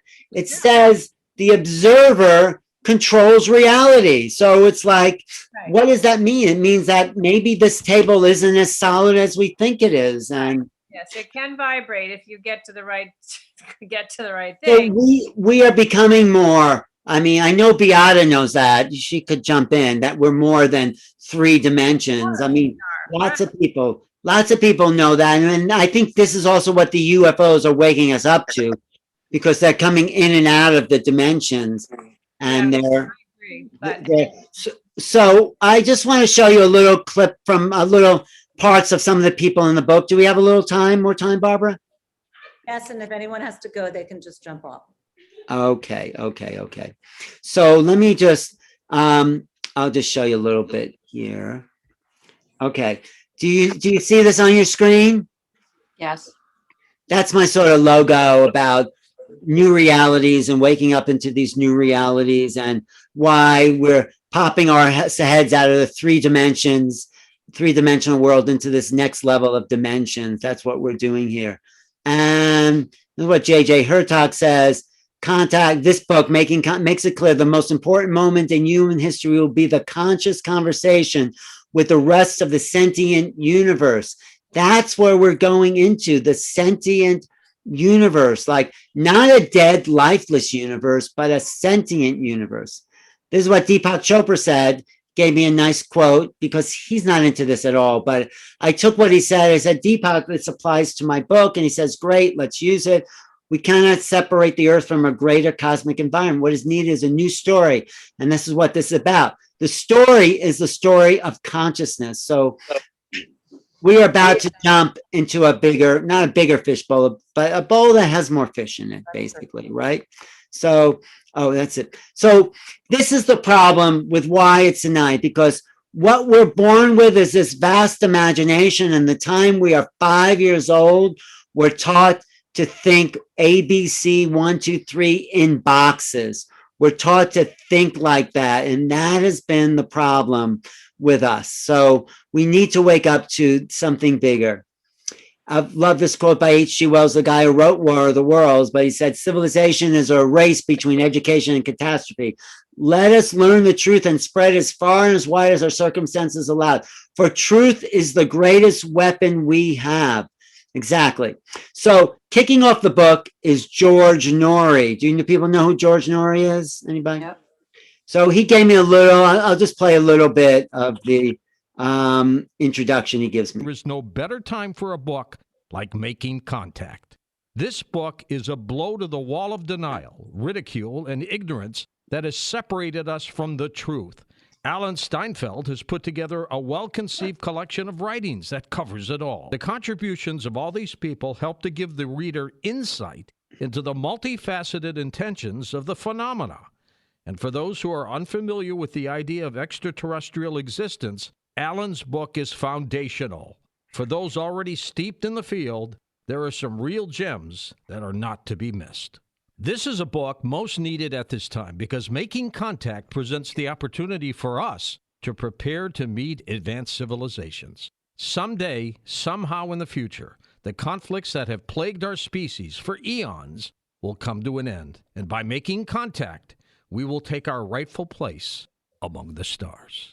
Isn't that nice? Isn't that really nice? Oh, that's so nice and so well deserved, Alan. It is. Thank you. He was really kind to me by doing the introduction.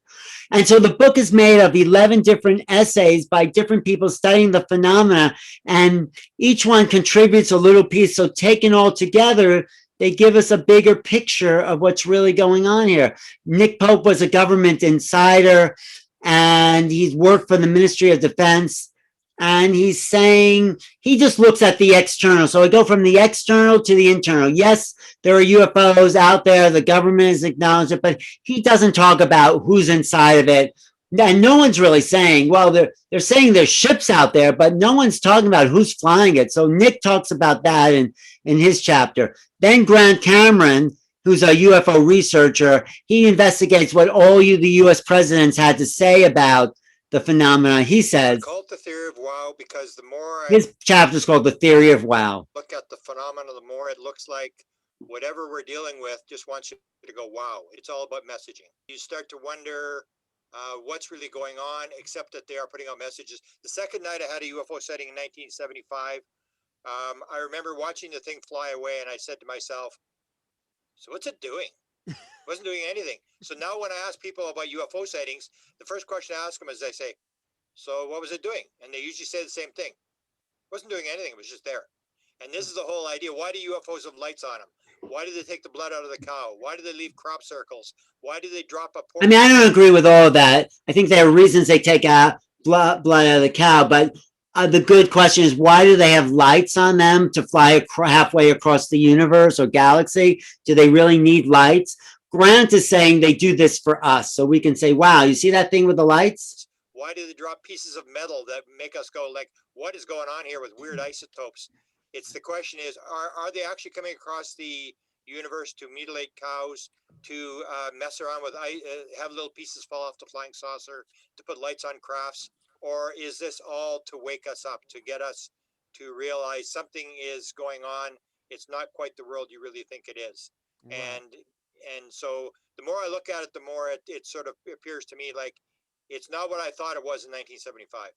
Yeah, some people are saying maybe it's not even aliens. Maybe there's something else that's much more mystical. Maybe what we're calling aliens or these craft are way beyond what we can think it is. We're just labeling them as something so we can identify it. But maybe it really is unidentifiable. So this is what the Hertogs, whose place I'm actually staying at in here in Sedona, they contribute a really great chapter about science and multidimensionality and teleportation.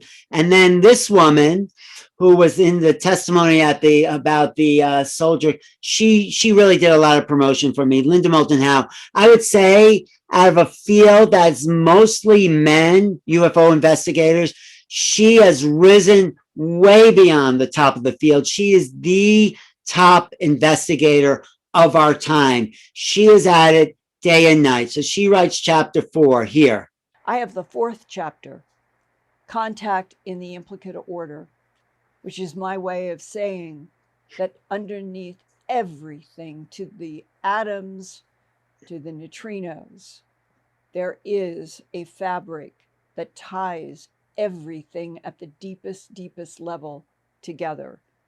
And this is the very first time in my life that I ever talked about something that happened to me when I was in grade school and was playing in the backyard, going onto a handstand with my legs over a limb. And having done that, coming up from having been upside down for quite a while and looking at a full moon. And as I stared at that full moon, I was there. I was in it. And I knew the moon was hollow. And that's a whole other topic we can get into, that the moon is hollow, that was placed in orbit to balance the earth and all the other energies. So that's a whole other thing. John Mack is this Harvard professor of psychiatry who has the 5th chapter, and probably he's no longer with us, but really one of the most intelligent people to understand the phenomena and validate it as a psychiatrist, saying these people are not crazy. But he has a lot of interesting comments like this one. This is an outreach program from the cosmos to the consciously impaired. That was his favorite joke. If everyone says, what is the UFO there for? He said, yes, it's like an outreach program. The UFOs are an outreach program from the universe for the consciously impaired.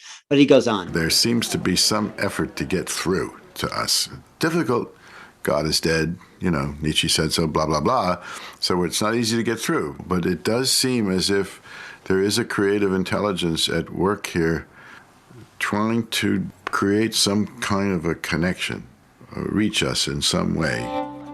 So he was one of the most brilliant people in the field, and he's actually been dead for a while, but there was an unpublished essay that I found on his archives, and his family gave me permission to publish it, and it's still absolutely relevant in what he says about this phenomena. And one of the most important things he says, This is me and John back in the day out for some coffee. Well, because I knew him. He was a really nice guy. And this is sort of the subtext of what I think it is. And this is from John's own writing in a book called Abduction.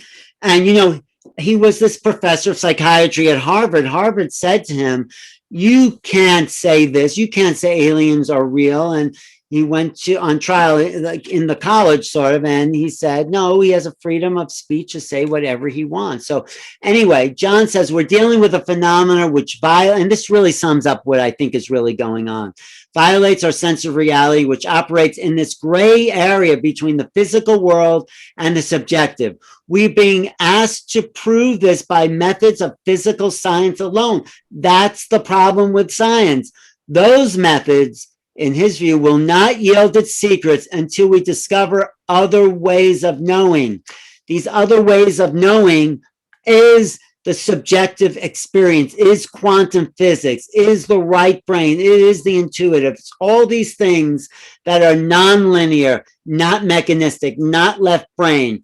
It's another way of knowing. It's knowing with a different part of yourself. And then if we can take that online, we'll start to understand more who these beings are, how they operate, and really why they're there, and how to make telepathic contact, like Kim said. So Whitley Strieber's also in it. Whitley Strieber's the most experienced contactee I know. He's given us the face of the alien. This picture became iconic. If you want to know what an alien looks like, according to Whitley, this became the worldwide icon of aliens themselves. So this was really key in the next level of, well, who are they? Maybe some of them look like this, maybe some of them don't.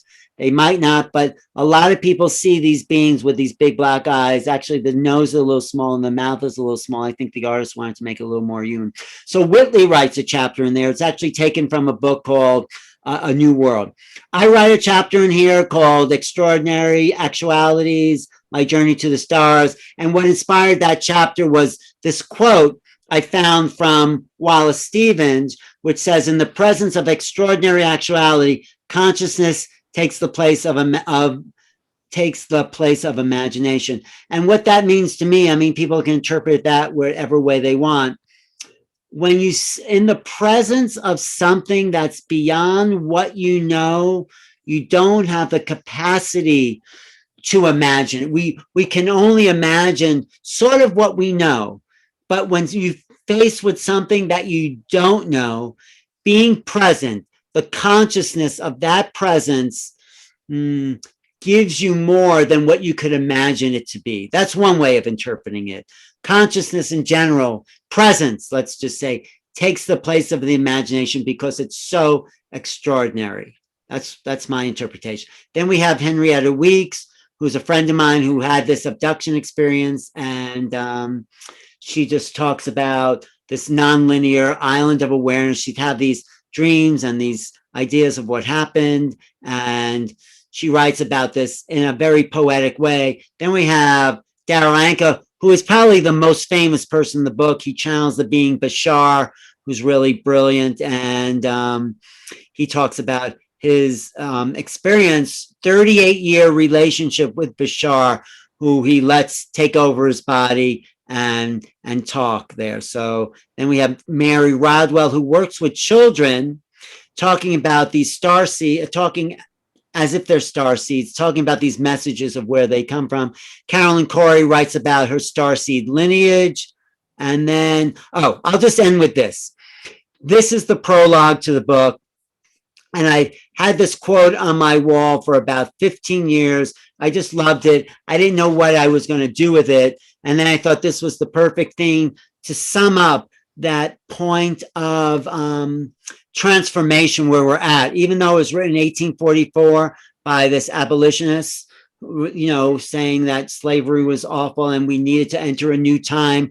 Well, maybe we've been enslaved too, and maybe we're entering a new time. So he says there are seasons in human affairs of inward and outward revolution, when new depths seem to be broken up in the soul, when new wants are unfolded in multitudes, and a new and undefined good is thirsted for. This is where we're at now. There are periods when the principles of experience need to be modified. and when hope and truth and instinct claim a share in the guidance of affairs, and when in truth to dare is the highest wisdom. So that is what we're up to now. We have to dare to throw off the old story that we are this limited human being, that we don't know who we are, that we're disconnected from the cosmos, that we're not part of a greater ecology of life. And we have to be willing to tell a new story, to enter the unknown, to like not buy government's messages. Oh, we don't know what these things are. We don't know why they're here. We don't know who's flying. I think they do know more than they're telling us. We know more than we've been told. I mean, each of us has our own truth. So the more we open up to these new realities, the more we'll be prepared to meet the unknown. One more thing, in the your best advice was, when you meet a dog, you wouldn't bark. right. So right. if anyone happens to meet an alien, remember that barking analogy. Don't communicate telepathically, right? That's what I was going to say, yeah. Right. No, I just want to read this one quote by Joe Dispenza right at the end of the introduction. He says, knowledge is a precursor to experience. The more knowledge you have, the more prepared you are for the event. That's what I think we're trying to talk about.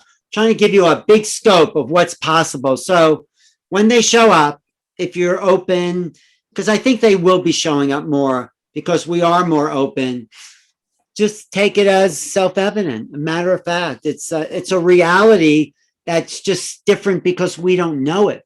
I have seen them. I've seen two. What have you seen? What did they look like?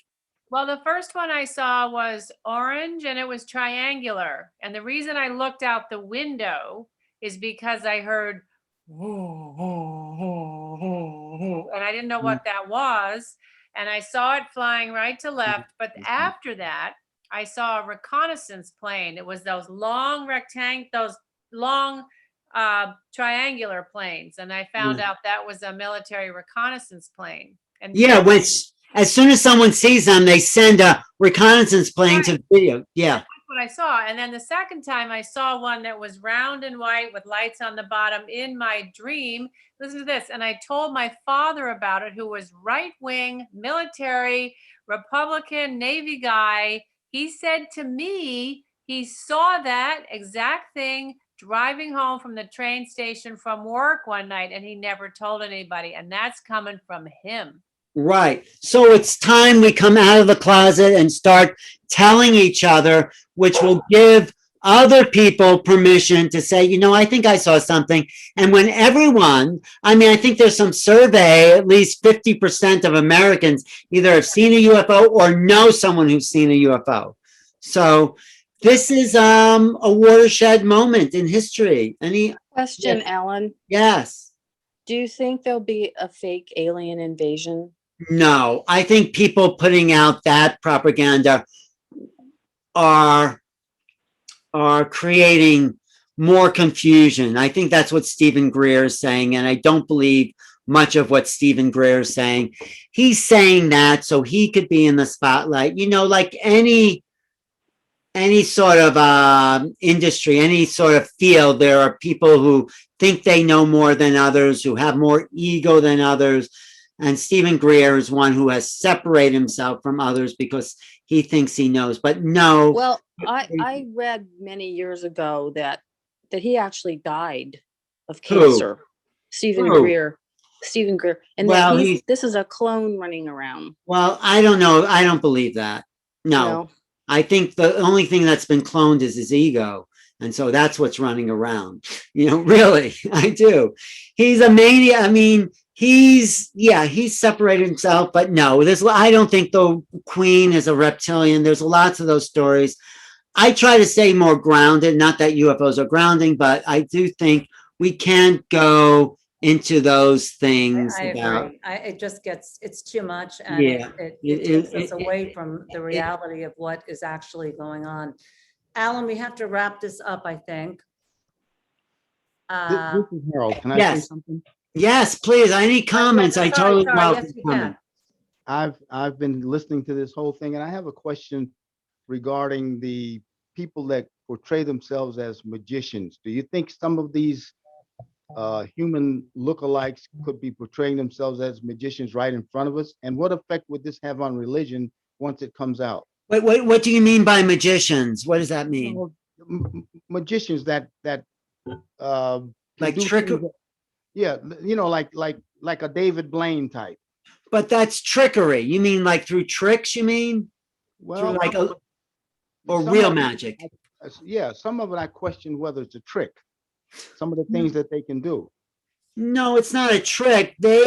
Well, if I held up a cell phone 100 years ago, you would think that's a trick. I think they're more advanced in their technologies, and we're just beginning to start to use quantum computers. You know what quantum computers do? They calculate probabilities. They don't calculate results. So there's things that we're learning.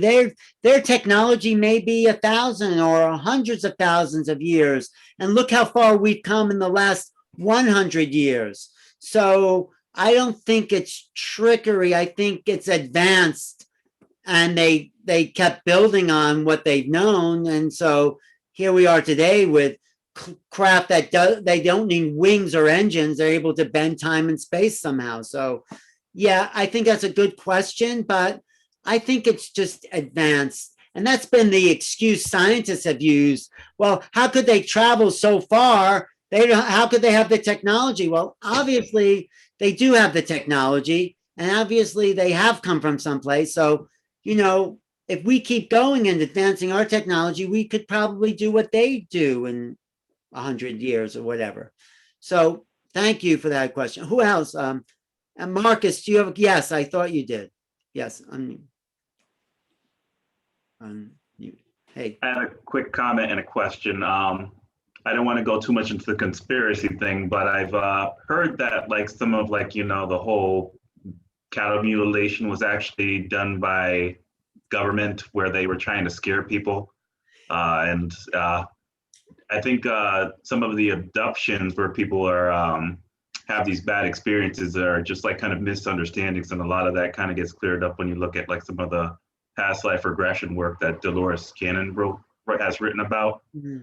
Well, let me just address the cattle mutilation. Sometimes these cows are found in the middle of nowhere, and they have very precise incisions that don't seem to be made by any ordinary. It's like the flesh around the soft tissue that they use to build, I think, these big incubation vats, these big wombs, are cut very precisely with heat that doesn't scar the other tissue.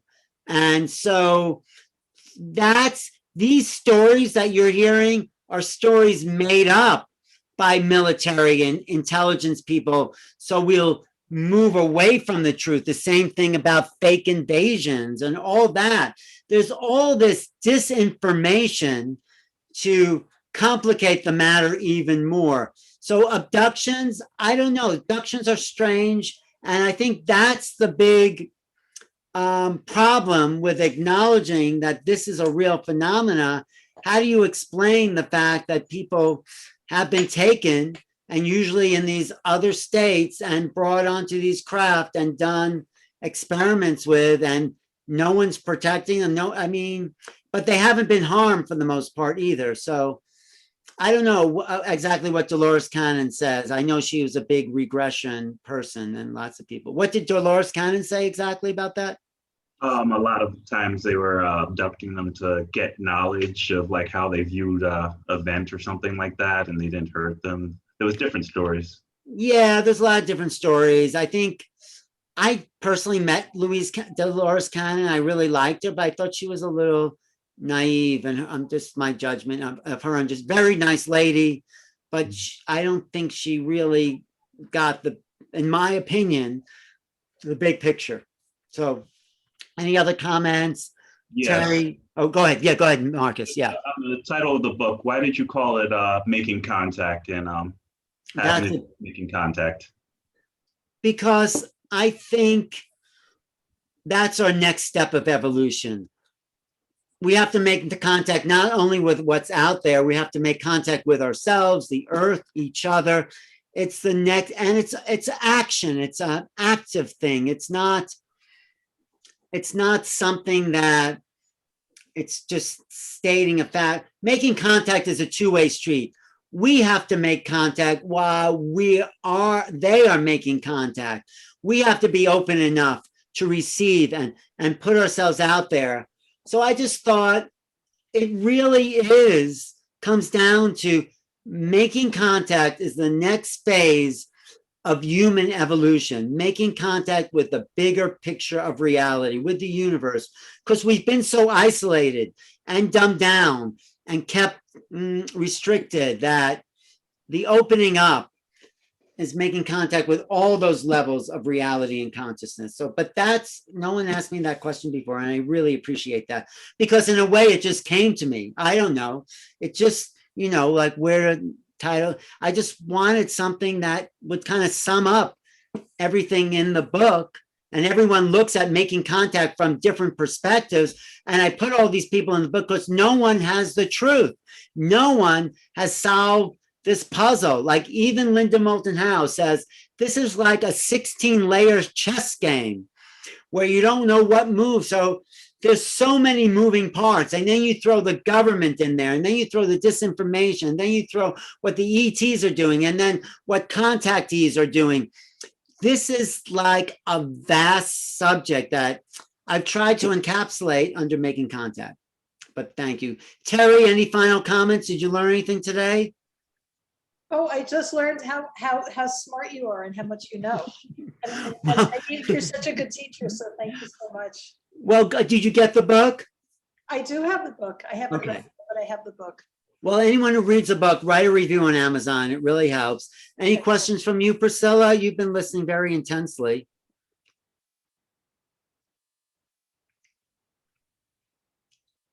Beata's on her cell phone, so she can't say anything.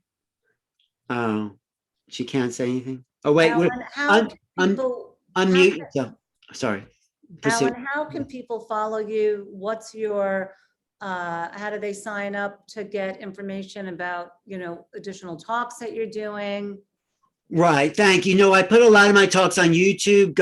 I'll put that in the chat, youtube.com/new realities. So it's youtube.com/new realities, and have like the latest conversations with some of the best people in the UFO field, people like Grant Cameron, who've been following this. I don't know if that's apart from that, you have tons of interviews with amazing people.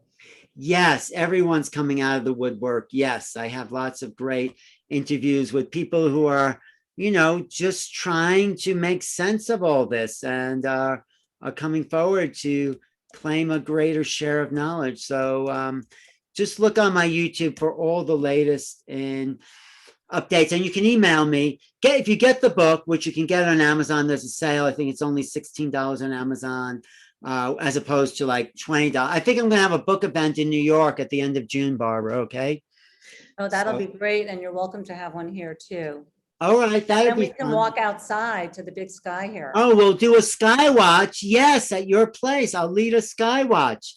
Maybe we'll have what's his name, Horowitz, come down here. Is that his name? That'd be great. He could talk about yeah. Let's have a dialogue. Well, thank you, Barbara, for putting this together. No, Alan, you're inspirational. Thank you. And you're making a subject that has all kinds of projections on it. Something that is really exciting. Well, isn't it exciting that, wow, the whole world. God, anything that could shed light on this insanity is exciting. Well, this has been called insane, but really we're insane. It's really sobriety that I think the fact that we are not being light, we are not alone in the universe. We're part of a greater cosmology. I don't think there's anything. One comes down like ET. He was so cute. So I'll go for that. All right, I'll see what I can do for you. Thank you. I appreciate it. Thanks for putting it together. If you like the book, put a comment on Amazon. I think you will like the book because it is really positive, and my story is kind of fun. I never told it before. What happened? Guys, get the book. It's worth it, and actually, it's an aesthetically really attractive book. Yes. So, Alan, thank you so much. This recording is going to be up on my website if you want to tell your friends about it, so they can become familiar with the whole subject in a rational, non-fearful way. Right. Here's Alan, always making contact with the most amazing things. It's a really easy book to read too. I just made it very simple. Why don't you do like, what was that? Like, what was the dummy handbooks? Like aliens, dummies for aliens? Yes, this is sort of like Aliens for Dummies. Yes, yes, yes. Yeah, but Okay. thank you all for listening so intently. I guess we lost a few people, but I hope. Well, not bad for 2 hours. And before we sign off, does anyone have a question? Because Well, I just want to say the fact that the government now is coming forward is something we could not have imagined 10 years it's ago. unprecedented and we really have to pay attention. I want to know what Henry thinks. Yes. Alan, I want to go back to Okay. how you opened the program. You said the reason that the government doesn't want to discuss this is because they don't want us to know that they don't know what's going on, or Yeah, is it because they can't. they don't have the technology. They can't explain it. They can't explain who is coming and going, what kind of propulsion is doing this. They don't have answers for the technology we are witnessing, so they rather just throw it under the carpet.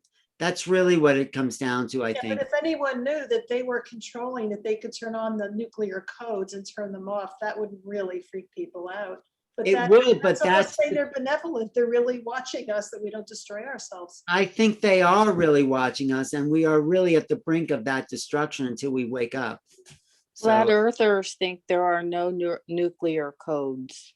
well, flat earthers, I don't have any patience for anybody who is that ignorant. I mean, really, it just gets me frustrated even to talk to them. I mean, maybe someone's a flat earther I don't want to offend you, but those people are sort of stupid, I think. I have to say, just honestly. They All have right, no. Yeah, no, that's not. Let's end on a high note. Okay, sorry. So And they're to great people, too. To infinity and beyond, everybody sending lots of love, lots of light, and Alan. Thank you. I love Thank you, Barbara. It was great. I'll see you soon. I'll come up to visit. come Thank up. you, I love Terry. you. You're looking great, Terry. Yeah, I love the whole thing. Bye, I love your Marcus. It was hairdo. so awesome to see you, and Sheila and Priscilla and Beata, everybody. Yeah, we didn't see Beata, but that's okay. I felt her because felt her I'm too. communicating telepathically, okay? Yeah, I'm just putting out possibilities that I think to look at. I don't have the answers. I just have questions, and I think it's exciting what we're heading to. So thank you again. All right. Over and out. Over and on, under and over. Bye, everybody. Bye. Thanks, everyone. Bye, Barbara. Thanks, Alan. Thanks,